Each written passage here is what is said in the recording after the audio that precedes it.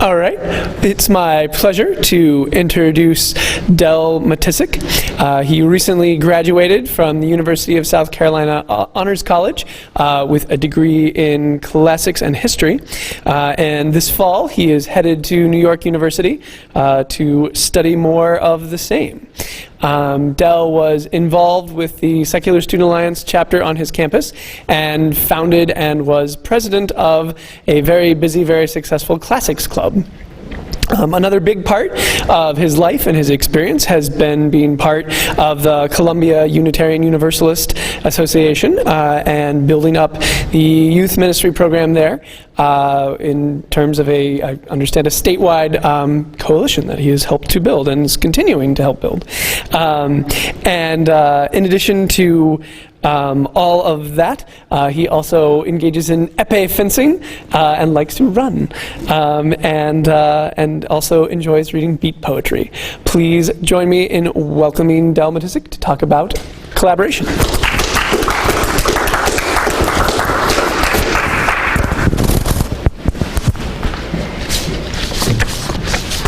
When they ask me to write that, can everyone hear me?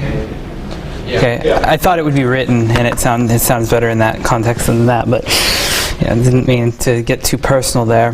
Okay, before I begin, by a show of hands, how many students are here who are members of their local SSA branch and also another separate organization? Okay, what organization are you involved with? What kinds of organizations? Like any other student organization? Or? Also Women for Political Progress and the Philosophy Club. Okay, and you? I just started Knights for Bernie Sanders. Okay, nice. It's got to be several science outreach programs. Okay. This club, more specifically. Okay, well, perfect. Well, you'll all then find my thoughts today relevant. Now, today I'm going to share with you a few suggestions on how and why to encourage collaboration between your branch of the SSA and other organizations on and off campus. Inter-organization collaboration, I hope to show, can strengthen and nuance the convictions of your organization's members and enrich their secularism with a variegated palette of experiences. It can also make you more able leaders as you learn from other driven, organized volunteers, activists, and junior professionals. I am convinced, make you better secular students and better people.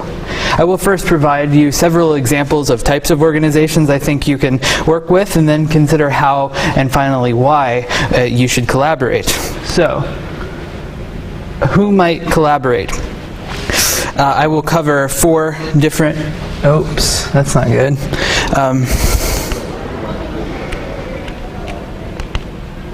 It looks like that'll be the only screwy slide, so you can make it out. So I'm going to be focusing on 4 types. Other progressive organizations like feminists and the LGBTQ movement, academic organizations like the Philosophy Club, Unitarian Universalism and other progressive religious options, and then finally groups with whom you disagree. First of all, you should seek out other progressive organizations on your campus, such as the feminist groups, LGBTQ organizations, animal rights and ethical eating clubs, or a sympathetic political organization. Members of these groups are doubtless in your social networks, and connecting with them should be easy. Jointly attend a rally, a fundraiser, or a church service. Be creative and brainstorm with other groups, since they likely know of opportunities for service or activism of which you aren't aware. Nor do you have to limit yourself to your university. If a nearby school has a branch of the Secular Student Alliance, contact them and discuss potential for intercollegiate collaboration. Hold a joint meeting, attend a rally together, descend on your campus for the largest Hug an Atheist Day the civilized world has ever seen. Perhaps you can meet to discuss the possibility of encouraging a new SSA branch on another campus in your state. Maintaining a working connection with your local SSA allies is an excellent way to strengthen the presence of the SSA in your state or region. Progressive groups function so well together that you may aim to make a more formal alliance with all of them to coordinate your calendars and events. Something like this was undertaken very successfully at the University of South Carolina by SSA's own Kelly Freeman. The Forward Progressive Alliance, as it was called, was a coalition of USC's Secular Student Alliance, the Bi, Gay, Lesbian, Straight Alliance, the Feminist Collective, and several other groups, including the Unitarian Universalist Student Organization. Forward made sure that all of the member organizations met at different times so as not to overlap and discourage participation in more than one. The Alliance was also especially successful at attracting new members to encourage them to attend the other organizations. Forward effectively facilitated this with blood drives, South Carolina Pride, and Walk a Mile in Her Shoes, during which, if you're not familiar, men march in women's heels to raise awareness of rape, sexual assault, and gender violence. Earlier in the fall semester of each year, Forward's initial interest meeting was heavily advertised and highly attended because the atheists and feminists didn't scare away all of the freshmen. Make sure an alliance with one or more like-minded campus group would be a great way to strengthen and enlarge your ranks. Secondly, though collaboration with these entities is straightforward and effective, you should not limit yourself to working with other progressive organizations.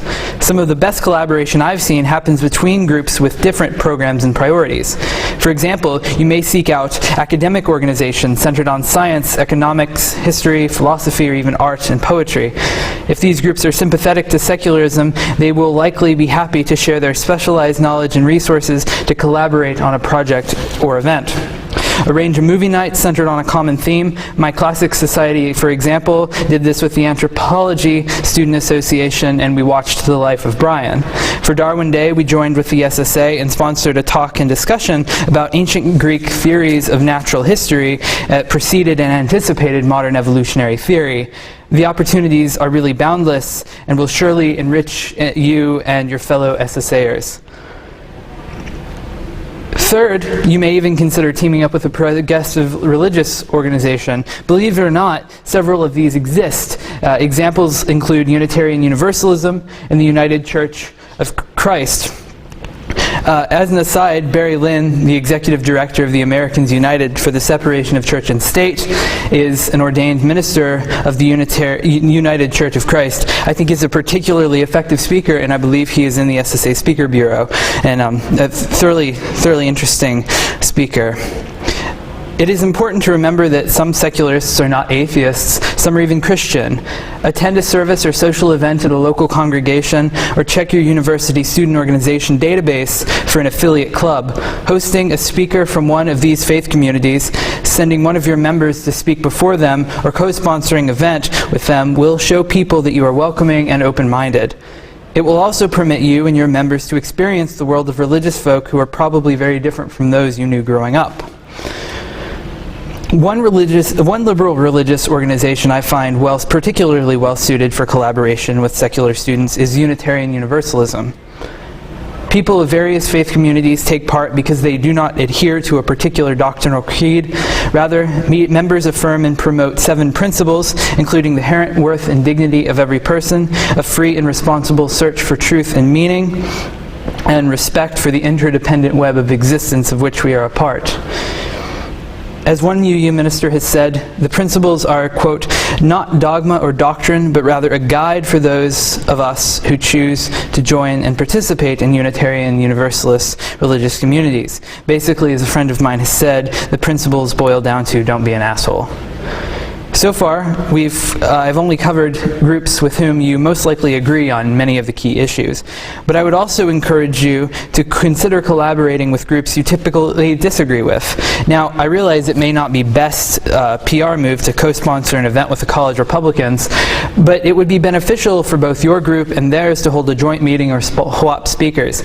From my experience, it is always a good idea to surround yourself with intelligent people with whom you disagree on important issues. If you can have an open and polite argument on the topic, all parties can learn from it.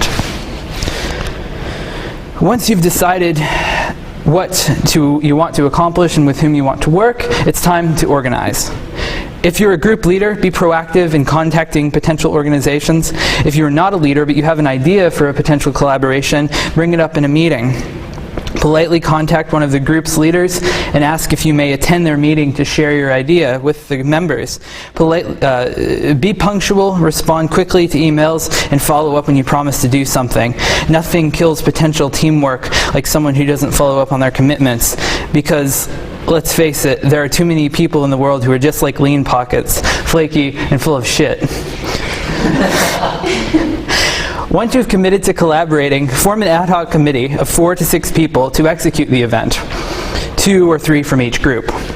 Most likely, this committee will consist solely of officers, but if non-officer members show interest, you might allow them to serve on the committee and test their leadership skills in advance of a future election. Of course, there should be at least one leader from each group on the committee, one of whom should chair the committee, basic organization stuff. Be sure to make it clear on all promotional material that your groups are working together. I am sure you know and have heard elsewhere at the conference, promotion is crucial for group success, and this is no different with your collaboration. Teamwork, if executed successfully, legitimizes the organizations involved. During the event, representatives from both groups should be present and clearly affiliated with their respective organizations. Exude friendly teamwork, swap swag, and speak highly of each other. If folks see atheists and agnostics being positive and cheerful team members, perhaps they will start to question rumors of baby eating. As you plan, you will find that collaboration has many perks. If good leaders are involved, more hands in the process tends to promote more effective and efficient organization. All can and will contribute to the pot of ideas with their own experience.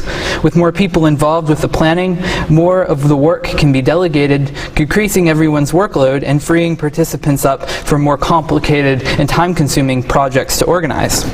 Of course, there is another serious benefit. The more groups involved with the initiative, the more money you have available. Eta Sigma Phi, my classics society, was able to bring scholars to campus from Brown University in Cambridge to give talks at University of South Carolina because we supplemented the funding we had available by co-sponsoring with the other organizations, including an undergraduate literary society and a graduate-level professional academic organization. These big flashy things can happen, and people want them, but typically the money isn't available. But with collaboration, it can be. In addition to student organization funds, major specific clubs such as the history and philosophy societies often have access to some funding from their respective departments. It surprises me how often these funds go unused because many of these honor societies don't know how to use them. What does the History Honor Society, for example, have to pay for? They sit in a room and they talk about history, and maybe they'll buy cigars. It's surprising if one of your members is part of one of these clubs, they will know how busy they are and how much money they have available and how much they spend. In addition to having more money, you will reach a broader audience of students who may not be aware of the SSA's existence. Working with academic organizations will be an opportunity to flaunt the SSAers' tendency to be nerds. Working with another progressive group will highlight their fervor as social justice warriors. If executed properly, your group will stand out as diverse, open-minded, and mobile. Of course, be careful not to appear like you are collaborating willy-nilly. Be sure to transition as seamlessly as possible between collaborations. Perhaps you may select a common theme for a semester or year. For example, in the fall semester, you could co-host a lecture on the history of secularism and feminism with the History Club, and co-host a student-led discussion about contemporary secular feminists with your affiliate feminist group. Be creative, but maintain a consistent and coherent vision. During the collaboration, take the opportunity to learn. Be attentive to how other organizations operate, how their leadership is arranged, whether they obtain their funding, what their favorite events and activities are. You'll be more sensitive to both the strengths and weaknesses of new groups than you will be of your own. After the event, you should hold a joint meeting to discuss it. What went well, what needed work, what lessons were learned. If the event was highly successful, you can perhaps plan for another collaboration at a later date. Finally, inter-organization collaboration is effective because it will inevitably expose your members to other ways of thinking and perhaps to different priorities. Being a part of student organization is so satisfying and beneficial because it demands that individuals join together as a team to talk about their issues and act together to accomplish something. This should benefit the larger community of which the organization is a part, but it should also benefit the individual. The more people you can meet and dialogue with, the better. One of the dangers of having a group of like-minded thinkers, no matter how bright and well-read they are, is that they tend that an echo chamber ever so slight is liable to form. While fighting the crucial battle for social justice and freedom of speech, we sometimes forget to think about history, both recent and ancient, which is filled with anecdotes and examples of the good, the bad, and the ugly of the fight for human rights. We could forget the poetry and visual art produced to celebrate science in order to focus on the important effort to educate the public about it. We may forget that the inane, Huckabee-esque evangelical Christianity is not the only kind of faith that exists, and that there are numerous, vibrant, progressive religious movements out there, like Unitarian Universalism, that fight for the same side we do. We may forget that we too have our biases and that we do not have all the answers. Not all conservatives are dingbats and not all Christians think you will burn in hell. Always be on the lookout for difficult, thought-provoking challenges to your worldview. I cannot help but think of the Nasir al-Mulk, or the Pink Mosque in Iran, which displays the sublime use of mathematics in Islamic art and architecture, while also being a symbol of the emotional and bloody struggles of Islam in the Middle East. Perhaps you could discuss this and other specimens of Islamic art as a way to better understand the perspective of peaceful Muslims. At the end of the day, being a part of a large, diverse team makes us better because it makes us more empathetic. What so often frustrates us about the hyper-conservative and the hyper-religious on the other side of the ideological divide is that they seem oblivious to the nuances and details of any other worldview but their own. It is crucial then for us to incorporate as many frames of reference in our day-to-day experience and, in the words of Harper Lee, climb inside of another's skin and walk around in it. We already do that quite well, fellow secular students, and we can continue to do that better.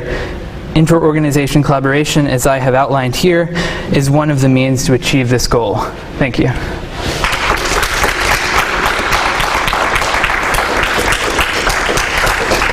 We still have quite a bit of time for questions, if some have arisen. Yes? What is I guess, a more specific way that you would recommend going about forming a positive relationship with a group that you don't agree with? Right. A personal example that may help. As a senior at the University of South Carolina, I was inducted into the Euphratean Society, which is a stuck-up Presby WASP club of well-dressed conservatives who like to give orations.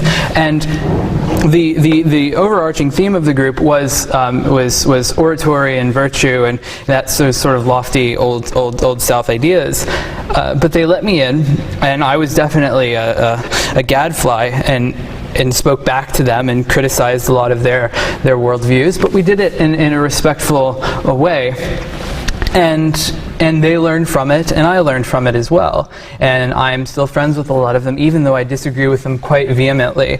So absent an opportunity like that, you could set up an event where you come together and the theme is to come and speak eloquently about something, or speak about something you're passionate about, and then open it up for questions. Don't cut off the questions for time, but leave them go on, and try to set as parameters for the event the mandatory need for civility and respect, and try to share from the onset your awareness that we all have our own biases and we all have our own priorities, and that we're trying to work through that and create a more meaningful dialogue for everyone. Does that help?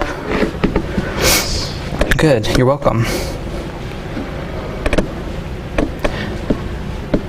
I know my experience with the Euphratean Society has been more than anything the formulating experience that led me to think about this. And was inspired by this organization and their fervor and their respect for the history of the South, and this is something that we see today in the concern around the Confederate flag. The arguments of the argument which we eventually won, as we saw yesterday, and I'm proud of my state for that. And I feel that I am glad that I had the experience of people who disagree with that decision, because I did see some of the sincere motivations behind it, and the sincere, what I think are in the serious misunderstandings that they have. And if we work through and talk about the value of their history with them, then we can, I think, come to an agreement about the fact that yes, heritage and history matter, but there's a time and place for it. So discussions like that, I think, are particularly beneficial to both sides and this sort of thing. What's a good way to interact with a group you don't necessarily agree with in terms of sharing your views in a way that's open and mainly that's question theirs? Right. Well, first of all, try to find somebody that you know. Look at if you have any of your anybody in your friend network has a close friend, say with the college Republicans or what have you. Try to reach out to them that way. People will be more receptive if they know you. You can email them and ask if you can come and speak at their meeting. Many times they might not be receptive to you, but at least you tried. And then find another organization that maybe start with maybe a more liberal Christian organization like the Unitarian Universalist. Somebody who I think they would be definitely more receptive to you coming in and talking about it. And then maybe you can build a rapport of doing that with a few different similar events, and then continue to go further and further out into the swamp. But I think that that would be what I would say for that.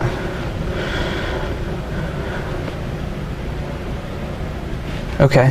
If there are no other questions, thank you all for your time.